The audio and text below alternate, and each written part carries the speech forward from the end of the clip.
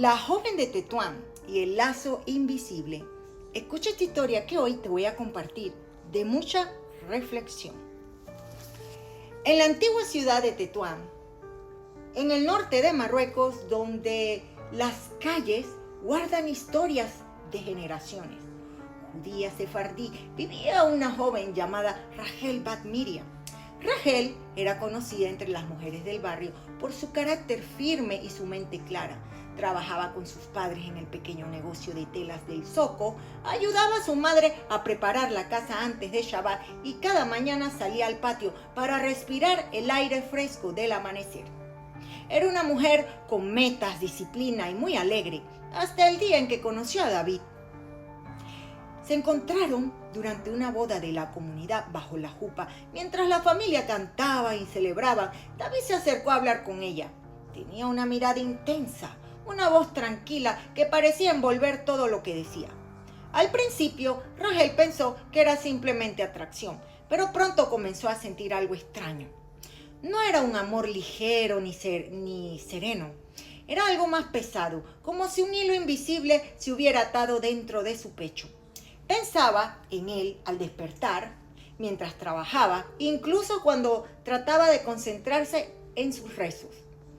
Lo más extraño era esto. David no siempre estaba. A veces desaparecía durante días y otras veces semanas. Cuando regresaba, hablaba poco, era distante, pero bastante. Ella nada más bastaba con verlo para que Rahel sintiera que algo dentro de ella se encendía sin control. Una noche decidió terminar todo. Se prometió a sí misma que no volvería a buscarlo, evitaría las calles donde él camina y borraría su número. Pues eso duró solamente 2 días. 2 días le duró. 2 días en los que ella se sintió con una ansiedad terrible.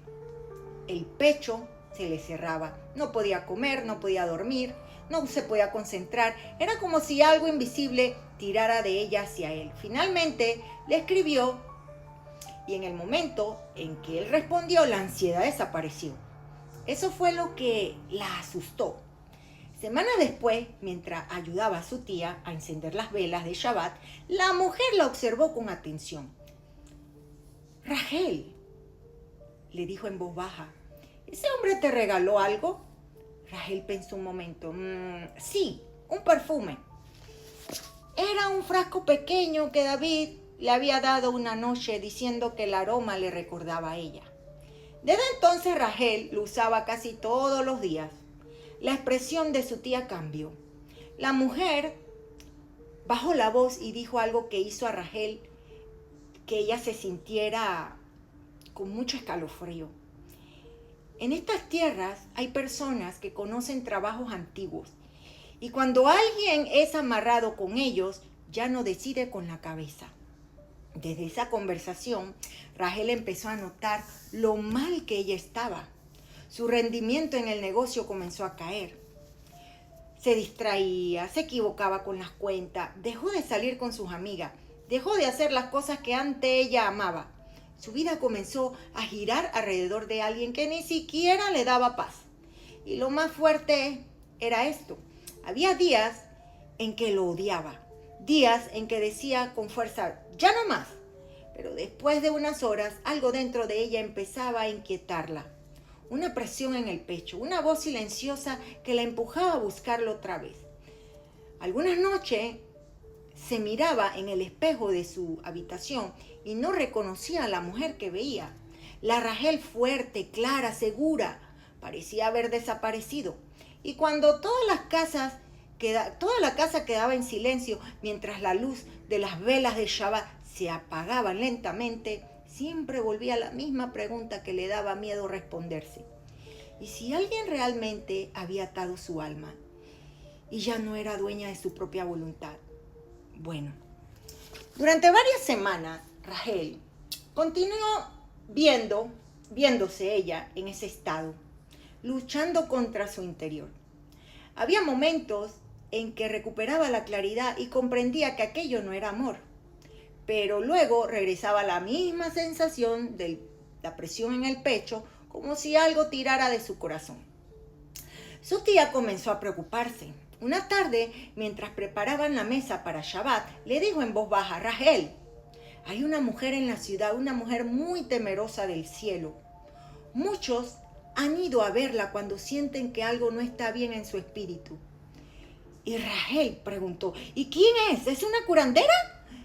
La tía le negó rotundamente con la cabeza: no, es una sadeque, una mujer justa.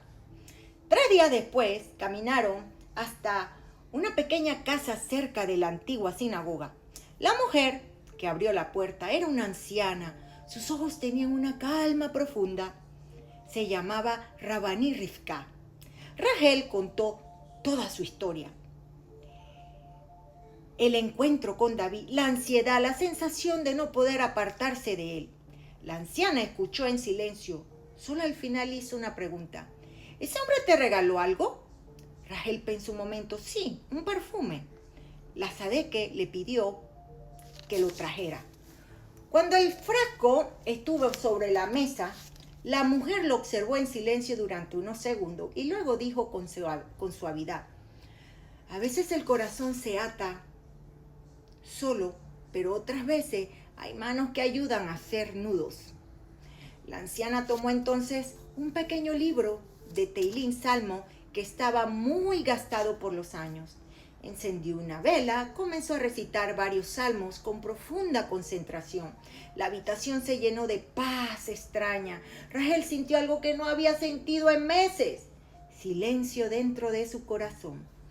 Después, la sadeque tomó unas ramas frescas de ruda que tenía en un pequeño cuenco. Mientras seguía recitando los salmos, los teilín, pasó suavemente las hojas alrededor de Rachel y luego explicó: las plantas que Hashem creó también guardan fuerzas de la naturaleza que ayudan a limpiar lo que no pertenece al alma. Le indicó que durante varios días hiciera algo sencillo. Cada mañana debía recitar salmos con intención clara, pidiendo a Hashem que rompiera cualquier influencia que no viniera de la santidad. También debía lavar sus manos con agua donde hubiera reposado ruda, diciendo: que toda influencia extraña se disuelva y que mi alma vuelva a la libertad que Hashem le dio. Antes de despedirse, la anciana le dio un último consejo: y deja de usar ese perfume. Rachel siguió las instrucciones. Los primeros días no sintió cambio, pero poco a poco algo comenzó a moverse dentro de ella. La ansiedad empezó a disminuir. La presión en el pecho se volvió más ligera. Una tarde recibió un mensaje de David. Por primera vez en mucho tiempo, Rachel no sintió la urgencia de responder. Miró el teléfono, respiró profundamente y lo dejó sobre la mesa. Y en ese momento comprendió algo que hacía semanas parecía imposible. La claridad estaba regresando y con ella su libertad interior.